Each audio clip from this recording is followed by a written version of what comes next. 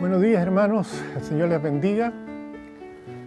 Esperamos que esta lluvia no sea la definitiva y que pueda llover más en nuestro país.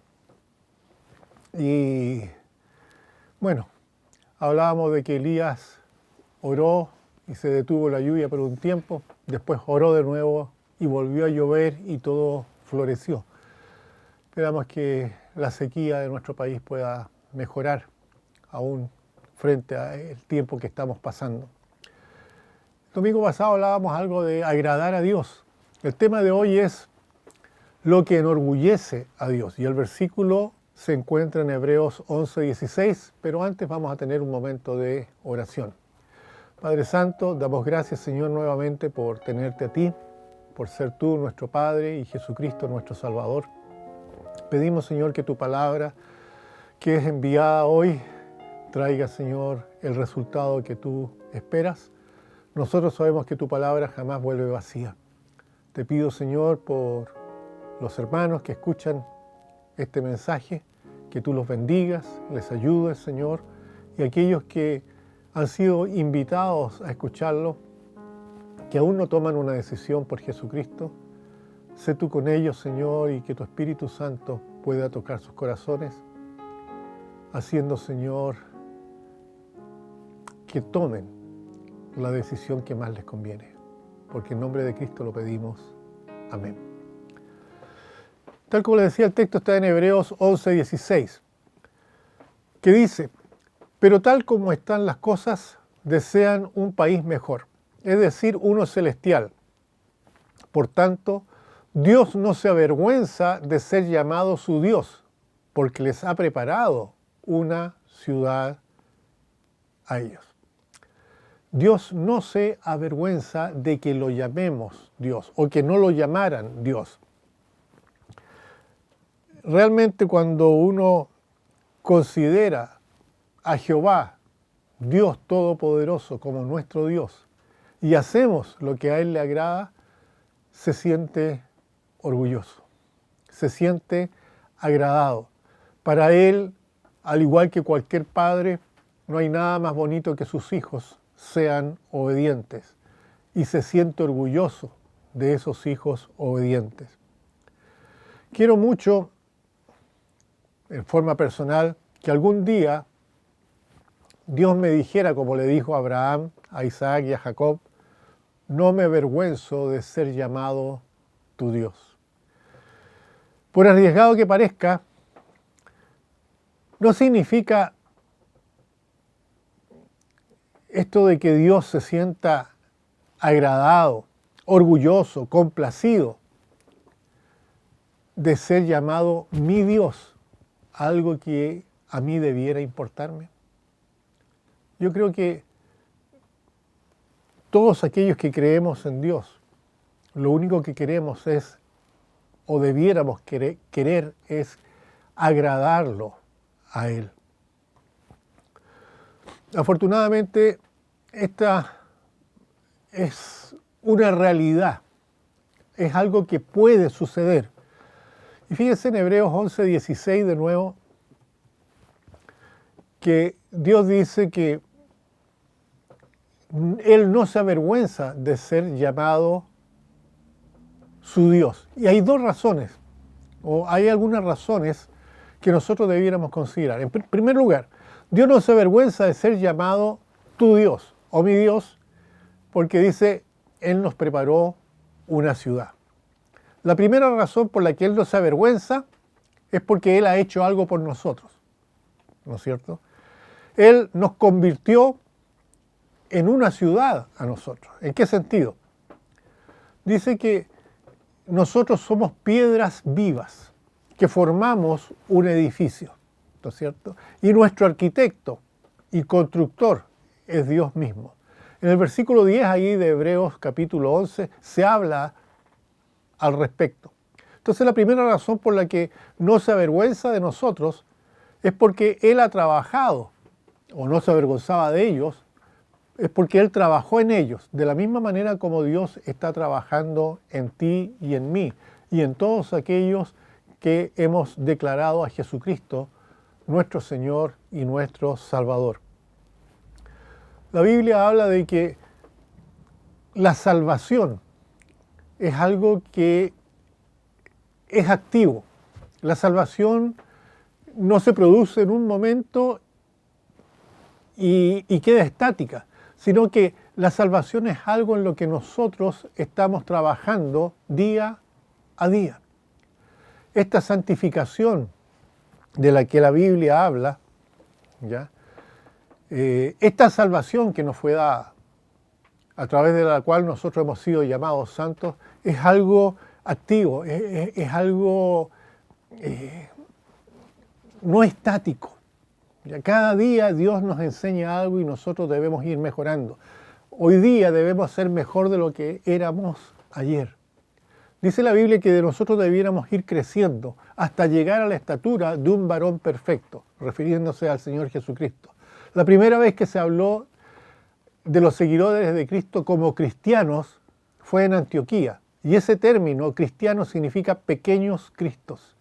Nosotros debemos ser como nuestro Señor. El Señor Jesucristo dijo, ejemplo les he dado, para que como yo os he hecho, vosotros también hagáis. Así que Dios está construyendo en nosotros el carácter de Cristo. Por eso que Él no se avergüenza de que nosotros digamos que Él es nuestro Dios. La Biblia dice ahí que ellos deseaban un país mejor, uno celestial. Por tanto, no se avergüenza de ser llamado su Dios. Por tanto, indica, esa frase, por tanto indica que se acaba de dar la razón por la que no es avergonzado. La razón es su deseo. El deseo de aquellos que creen en Dios. El deseo de tener un país mejor, una patria mejor. No estamos hablando de la patria terrenal. El cristiano siempre habla de la patria celestial. Ese lugar que Dios ha preparado, un lugar para que nosotros estemos donde Él está. Ese deseo ya es lo que al Señor le agrada. Es lo que al Señor le hace sentirse orgulloso de los suyos. Cuando nosotros deseamos una ciudad, una patria celestial, cuando nosotros deseamos todo aquello que el mundo no nos puede dar, es algo que agrada a Dios. Hoy por hoy, el ser humano busca satisfacer sus anhelos, satisfacer sus deseos con lo que el mundo ofrece. Pero el Señor le dice al ser humano, miren, el mundo pasa y sus deseos. Es decir, lo que el mundo ofrece no es para siempre. En cambio, lo que Dios ofrece es eterno. Él dice que nosotros debiéramos hacernos tesoros en el cielo, donde la polilla y el orín no corrompen y donde ladrones no minan ni hurtan. ¿Dónde estamos haciéndonos el tesoro?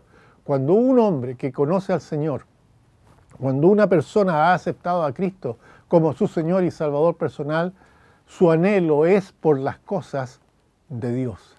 Su anhelo es hacer la voluntad de Dios.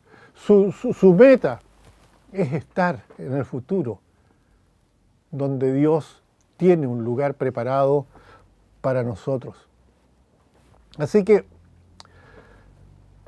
debemos añorar, por así decirlo, aquel país, aquella ciudad de Dios, desearla con todo nuestro corazón y Dios no se avergonzará de nosotros. Para ello, en primer lugar, debemos tener fe en Dios. ¿Por qué? Tal como dice en el libro de Hebreos 11:6, pero sin fe es imposible agradar a Dios, porque es necesario que el que se acerca a Dios crea que le hay y que es galardonador de los que le buscan. Este pasaje identifica esa fe, identifica esa creencia en Dios, creer en que Él hará lo que Él ha dicho. Este es un prerequisito para agradar a Dios. Se puede tener fe en muchas cosas. Si usted está sentado ahí en su casa, usted tiene fe en que la silla lo va a resistir, pero esa fe no salva. La fe que salva es la fe en Dios. También nos da un ejemplo de esa fe a través de la vida de Enoc. En el versículo 5 de aquí de Hechos capítulo 11, de Hebreos 11, dice que Enoc vivió en un mundo que era cada vez más perverso. Esto fue previo al diluvio. Y entre paréntesis, la Biblia dice que la venida del Señor, cuando Él venga, el mundo va a estar como estuvo en los tiempos de Noé. Qué increíble, estamos viviendo como en los tiempos de Noé. Era un mundo perverso donde vivió Enoc, pero él no se dejó arrastrar por la maldad de ese tiempo. En lugar de eso, la Biblia dice que caminó con Dios. Ahora, en el libro de Oseas se nos dice, bueno, ¿cómo pueden andar dos juntos si no están de acuerdo? El hecho de que Enoc caminara con Dios era porque Enoc estaba de acuerdo con Dios. ¿Y qué pasó? Esto agradó a Dios. Nosotros podemos ver ahí en Génesis 5:24 que dice, caminó pues Enoc con Dios y desapareció porque le llevó Dios. Qué increíble. Él no vio la muerte como la vemos nosotros. Dice que él fue transpuesto, se lo llevó Dios. En Hebreos 11, versículo 5 dice, por la fe Enoc fue traspuesto para no ver muerte y no fue hallado porque lo traspuso Dios. Antes que fuese traspuesto, tuvo testimonio ¿de qué? De haber agradado a Dios. Qué hermoso. Enoc no solamente creyó en el Dios Todopoderoso, en el Dios Creador, él creyó en que Dios volvería a la tierra con sus santas decenas de millares. ¿Cómo sabemos eso? En el libro de Judas, los versículos 14 y 15.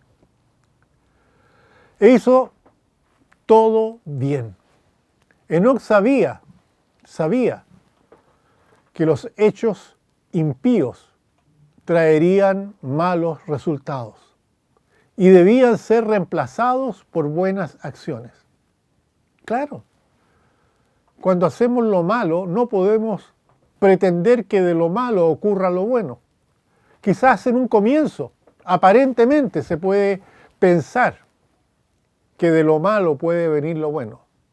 De hecho, el salmista escribe que casi se equivocó al ver la prosperidad de los malos. La prosperidad de aquellos que no temen a Dios.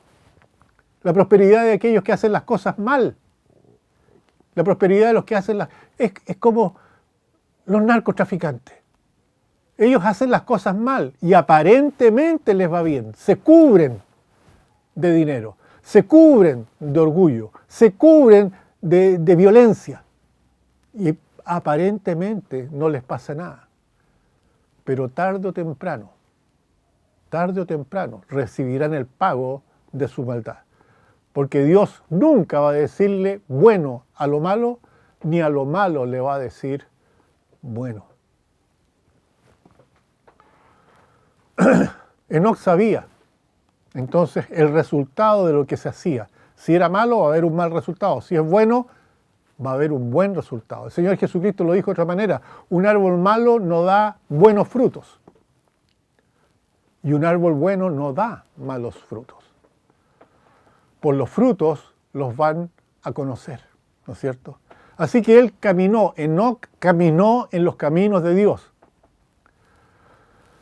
¿Para qué?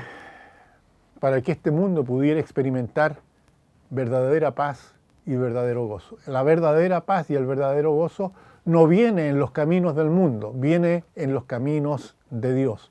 Cuando creemos en Dios, creemos lo que Él dice, en ese momento lo estamos agradando. ¿Qué significa eso? No solamente hay que tener fe, sino que hay que ocuparse del Espíritu, cosa que la gente no hace. Romanos 8, versículos 6 al 8 dice, porque el ocuparse de la carne es muerte. Ahora, ¿cómo podemos entender esto? Ocuparse de la carne es hacer lo que nosotros queremos. Por ejemplo, una persona que le gusta fumar, se da el gusto de fumar. Ahora, él dice, mi cuerpo necesita fumar. le está dando el gusto al cuerpo. ¿Y cuál es el resultado de eso? La enfisema pulmonar.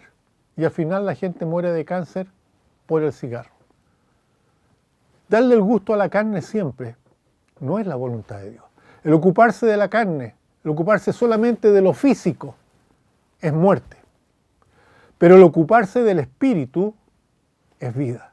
Nosotros somos seres espirituales y la parte más importante nuestra es la espiritual. Si está bien el espíritu, la carne también va a estar bien, pero al revés no.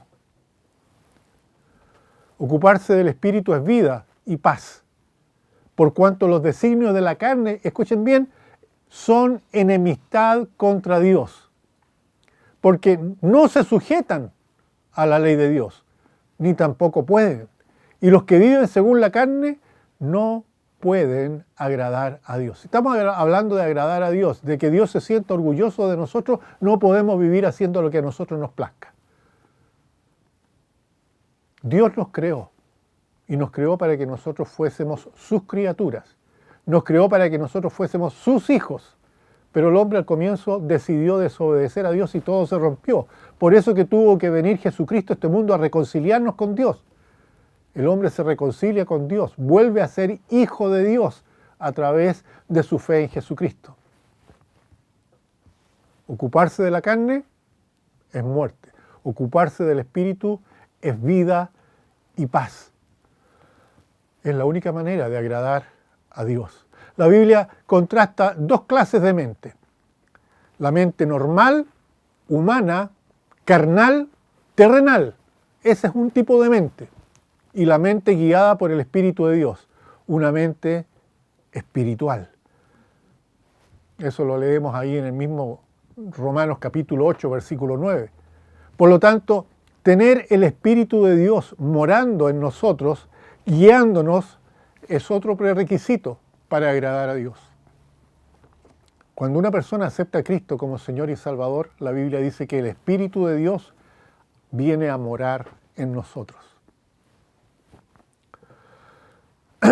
Antes del pasaje en Romanos capítulo 8, Pablo explicó su propia experiencia con dos actitudes mentales. Tan desafiante como puede parecer el proceso del cambio, en Romanos 7, deja claro que Jesucristo nos va a liberar. Ya Pablo decía ahí en Romanos capítulo 7, porque me doy cuenta de esto, que lo que quiero hacer no lo hago. Y no hago lo que realmente debería hacer. ¿Por qué dice Pablo? Porque hallo esto, que esto se debe al pecado que mora en mí. Y él dice finalmente, yo doy gracias a Dios por medio de Jesucristo, que Él me libera de esto. Ahora, el resultado del cambio, de pasar de una mente carnal, terrenal, normal, animal, a una mente espiritual, guiada por Dios, es que nos convertimos en los amados hijos de Dios. ¿Esto complace a Dios? Por cierto, Jesús dijo que hay gozo en el cielo cuando un pecador se arrepiente. Ahí en Lucas 15:7. A Dios le agrada que alguien ingrese a su familia. Hermanos, amigos, sabemos que el ser humano es una criatura creada por Dios. Pero un ser humano que se da cuenta de su pecado, que se arrepiente de su pecado y le pide perdón a Dios, se transforma en hijo de Dios. Pasa a ser parte de la familia de Dios y eso a Dios le agrada. Fe es una de las cosas que tenemos que tener. Otra cosa es ocuparse del Espíritu. Y también, en tercer lugar, a Dios le agrada que nosotros tengamos temor de Dios. En el Salmo 147:11 se lee, se complace el Eterno en los que le temen y en los que esperan en su misericordia. Se complace, se agrada, se siente orgulloso Dios de aquellos que le temen y esperan, confían en su misericordia. En Hechos 10:35 se puede leer, sino que en toda nación se agrada del que le teme y hace justicia. No importa la nación que sea. Si en esa nación hay alguien que le teme y hace justicia, de esa persona Dios se agrada. En el Salmo 147 se describe a Dios como aquel que sana a los quebrantados de corazón y venda sus heridas, en el versículo 3. Dios sana a los quebrantados de corazón y venda sus heridas. Este pasaje alaba a Dios por su misericordia, por su conocimiento y su poder para salvar al humilde. Ustedes pueden leer los versículos 4 al 6. La Biblia nos dice que debemos temer a Dios porque Dios es bueno. Este temor a Dios no es un pánico, un horror de Dios. No se trata de eso. Porque Dios es bueno. ¿A qué se refiere el temor de Dios? Se refiere a demostrar respeto profundo por Él. No querer desairarlo. No hacer que Dios se sienta mal. Temer a hacer lo malo para no desagradarlo. Ese es el temor. Cuando uno quiere a su papá, uno no quiere que esa persona, ese papá se sienta mal por lo que uno hace. Esa es la idea del temor de Dios. No hacer las cosas que a Dios no le agrada. ¿Ya? Temerlo porque Él es bueno. ¿Ya? No porque Él es malo. Debemos temerlo porque Él es bueno. Demostrar ese profundo respeto por Él. El temor apropiado, ¿no es cierto? Ese es el temor apropiado. Y el respeto por Dios nos va a motivar, nos va a ayudar a evitar el pecado. Si yo no quiero hacer que mi padre se enfade conmigo, yo no voy a hacer las cosas que lo enfadan. En el caso del cristiano, si yo tengo temor, respeto, reverencia por mi Padre Celestial, eso me va a evitar a mí cometer pecados. En Éxodo 20:20, Moisés respondió al pueblo: no temáis, porque para probaros vino Dios y para que su temor esté delante de vosotros. Y la última frase dice: para que no pequéis. Si lo leyéramos al revés, para que no pequéis es que Dios quiere que lo temáis, en el fondo. Y Dios está probándolo a ustedes. Dios nos recuerda, ¿ya?, que nos hace responsable de nuestras acciones. Es algo que hoy día en la juventud no se ve. La juventud quiere hacer cualquier cosa, quiere todos los derechos, pero no se hacen responsables de lo que hacen. Temer a Dios nos permite confiar en Él y reverenciarlo, lo que puede aumentar nuestro amor por el poderoso, nuestro amor por este Dios todopoderoso, a quien le importamos tanto que puede inclinarse a liberar al ser humano, tan insignificante como somos. Hechos 10:35 nos dice: sino que en toda nación se agrada del que le teme y hace justicia. En cuarto lugar, otra cosa que le agrada a Dios, otra cosa de la cual Él se siente orgulloso de nosotros, es cuando nosotros estudiamos y seguimos el ejemplo de Cristo. No sacamos nada con tener la Biblia en la casa si no la leemos nunca. No sacamos nada con tener la palabra de Dios si no estamos dispuestos a escuchar la palabra de Dios y ponerla en práctica. La Biblia dice en Mateo 17:5, en el monte de la transfiguración: este es mi Hijo amado, en quien tengo complacencia. Y agrega a Dios Padre: a Él oíd. A Él oíd. ¿Ya? Durante una visión del futuro reino de Dios, que se conoce justamente como la transfiguración, Dios le mostró a Pedro, Santiago y Juan la gloria de Dios. En ese momento Cristo se vio con toda su magnificencia a los ojos de estos discípulos. Y Dios les dijo: este es mi Hijo amado. ¿Ya? No hay nadie que haya complacido a Dios más que su Hijo. Por eso debemos escucharlo y seguir su ejemplo. Jesús dijo: yo hago siempre lo que le agrada, refiriéndose a Dios. Yo siempre hago lo que le agrada a Dios. Podemos leerlo ahí en Juan 8:29. Por tanto, nosotros debemos conocer la palabra de Dios para aprender también cómo agradarlo. En quinto lugar, estudiar, seguir el ejemplo de Cristo nos lleva a este quinto punto, que es obedecer a Dios.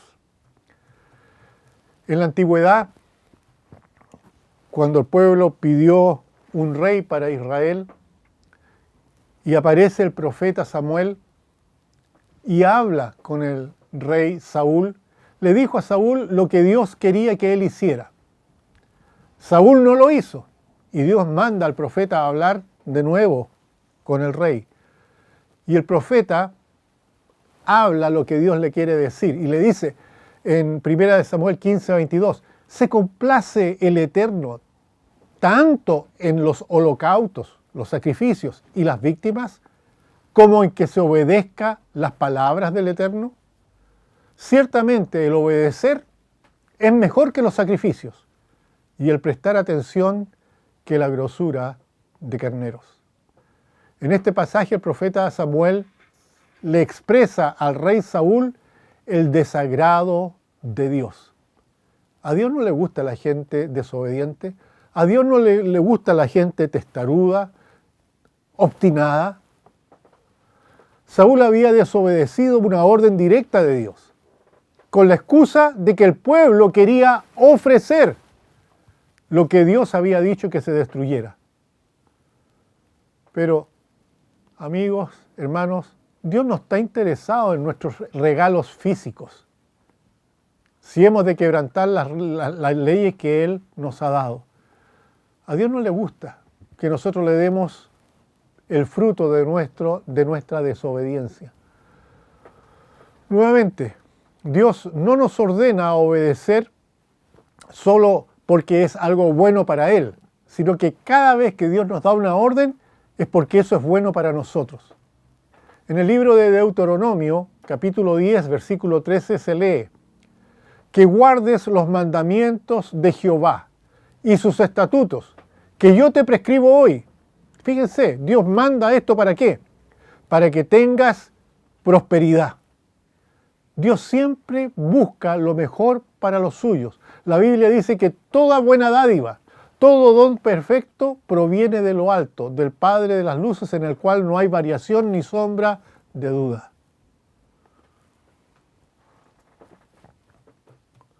Así que siempre lo que Dios nos pide es beneficioso para nosotros. Y como resultado de obedecer lo que Dios nos pide, crecemos en ese carácter santo y justo. Nos hacemos más como Cristo. Nos parecemos más al carácter que Él nos enseñó a tener. El hecho de que obedecer a Dios es algo que lo complace se expresa de varias maneras en la Biblia. A Dios la rectitud le agrada.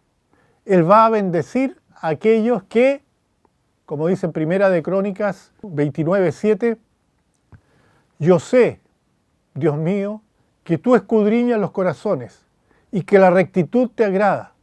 Por eso yo, con rectitud de mi corazón, voluntariamente te ofrezco todo esto. Y ahora he visto con alegría que tu pueblo, reunido aquí ahora, ha dado para ti espontáneamente. También en el Nuevo Testamento podemos leer en 1 Tesalonicenses 4, del 1 al 3, por demás, hermanos, os rogamos y exhortamos en el Señor Jesús, que de la manera que aprendisteis de nosotros, cómo os conviene conduciros y agradar a Dios, así abundéis más y más.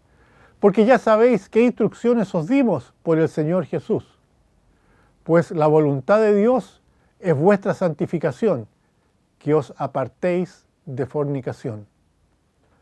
Dios quiere que nosotros seamos obedientes. Eso le agrada. Eso lo hace sentirse orgulloso cuando decimos nosotros que Él es nuestro Dios. Hacer la voluntad de Dios. En Hebreos 13:21 se lee: os haga aptos para toda buena obra. para que hagáis su voluntad, haciendo Él en vosotros lo que es agradable delante de Él por Jesucristo, al cual sea por los siglos de los siglos. Hacernos aptos en toda obra buena, para que hagáis su voluntad, dice la Biblia. Esa es la voluntad de Dios, que nosotros hagamos lo que es agradable delante de Él por medio de Jesucristo, quien recibe toda la gloria por los siglos de los siglos. Entonces la pregunta del millón, ¿cuál es la voluntad de Dios? Lo que Dios desea, sus mandamientos y sus planes están expresados en la Biblia. La Biblia nos fue dada para mostrarnos justamente su voluntad. Escudriñar la Biblia, meditar en ella, orar acerca de ella son claves para obtener un mayor entendimiento de esa voluntad. La voluntad de Dios para nosotros va más allá de solo conocer lo que Él quiere. También involucra hacer toda buena obra. Una cosa es saber lo que hay que hacer y otra cosa es hacer lo que debemos hacer. Esto implica trabajar para madurar espiritualmente y convertirnos en alguien más parecido a Cristo. Dice la Biblia en Mateo 5:48, sed pues vosotros perfectos, como vuestro Padre que está en los cielos es perfecto. Jesucristo, nuestro Señor, dio el máximo de hacer la voluntad de Dios al enfrentar la crucifixión. De hecho, Él dijo, si por mí fuera que pase de mí esta copa, no lo quisiera hacer, pero Padre, hágase tu voluntad. ¿No es cierto? Eso fue lo que Él dijo. Y lo hizo para pagar nuestros pecados. Orar de esta manera, Padre, si quieres, pasa de mí esta copa, pero no se haga mi voluntad, sino la tuya, que aparece ahí en Lucas 22:42, muestra cuán dispuesto estaba para darse por entero para hacer la voluntad del Padre. ¿Cuán obedientes somos nosotros? ¿Hasta qué punto llega nuestra obediencia? Séptimo, hacer los sacrificios que Dios quiere. Dice Hebreos 13, 15 al 16.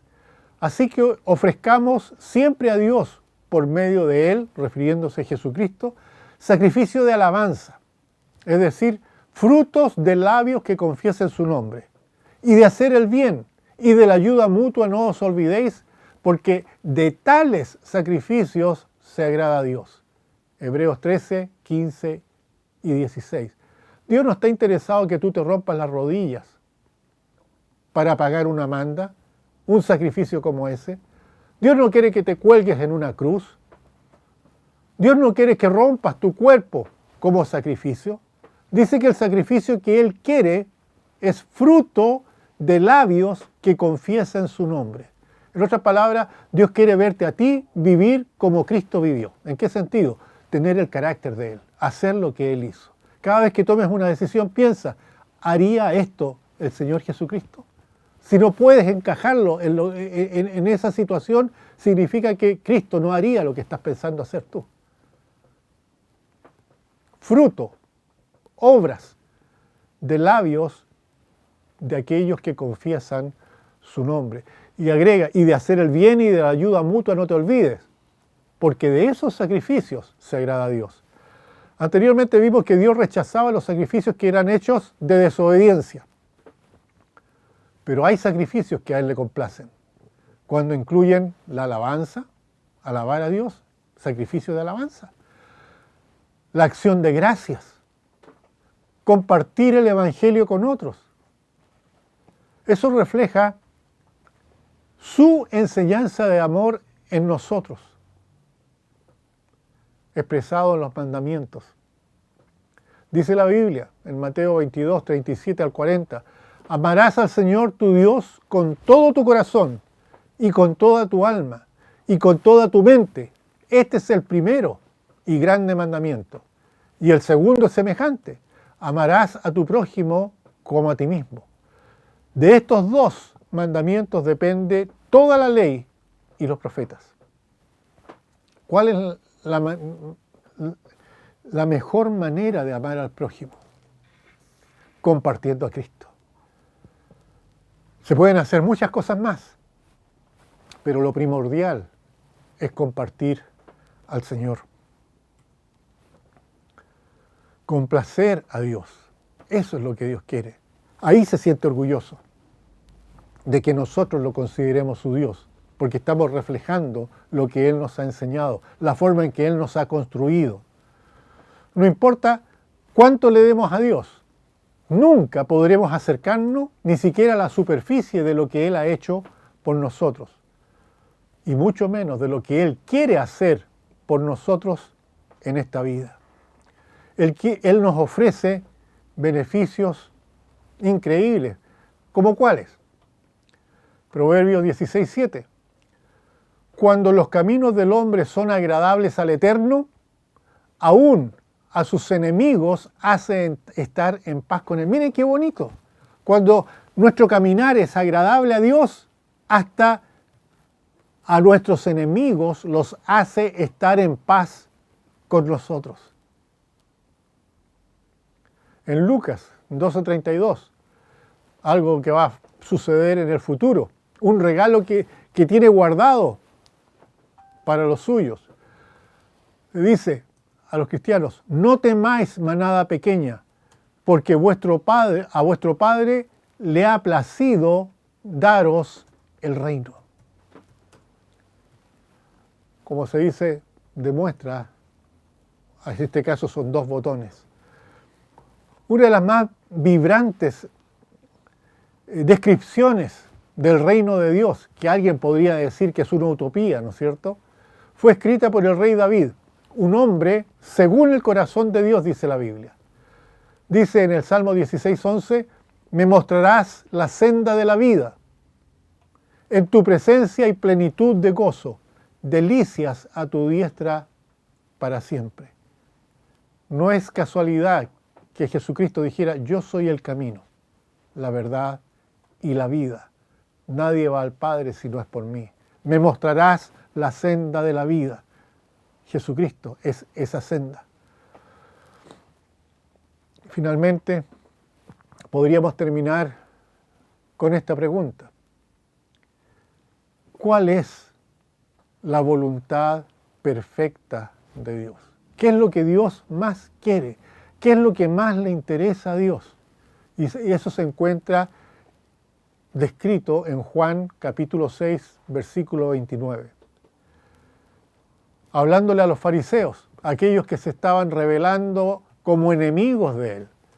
Dice: respondió Jesús y les dijo: esta es la obra de Dios, esta es la voluntad de Dios, esto es lo que Dios quiere, que creáis en aquel que ha enviado, que creáis en el que Él ha enviado. Eso es lo que Dios quiere, que tú creas en Jesucristo como Señor y Salvador. En Apocalipsis 3:20 dice: he aquí estoy a la puerta y llamo. Si alguno oye mi voz y abre la puerta, entraré a Él y cenaré con Él y Él conmigo. Hoy Cristo está golpeando la puerta de tu corazón si tú no has tomado la decisión. Pero Él no va a romper la puerta para entrar. Tú tienes que tomar la decisión de abrir la puerta y aceptar a Cristo como tu Señor y Salvador personal. Para eso tienes que pedirle perdón y arrepentirte por tus pecados. Ojalá que tomes esa decisión. Dios va a estar orgulloso de ti. Inclinemos los rostros. Tengamos un momento de oración. Padre Santo, damos gracias, Señor, por este momento. Te pedimos que tú nos bendigas, Señor. Realmente queremos tu bendición sobre nuestras vidas. Pero eso no va a suceder a menos que nosotros vivamos de acuerdo a tu voluntad. Tú te vas a sentir orgulloso, tú te vas a sentir complacido y sin duda vas a responder la oración de aquellos que te temen y hacen justicia. Te pido, Señor, por tus hijos, que podamos vivir de acuerdo a tu voluntad y también por aquellos que aún no han tomado la decisión de aceptar a Cristo como su Señor y Salvador. Te pido por ellos y sé que tu palabra no vuelve vacía. Haz tu voluntad, Señor, porque en nombre de Cristo lo pedimos. Amén.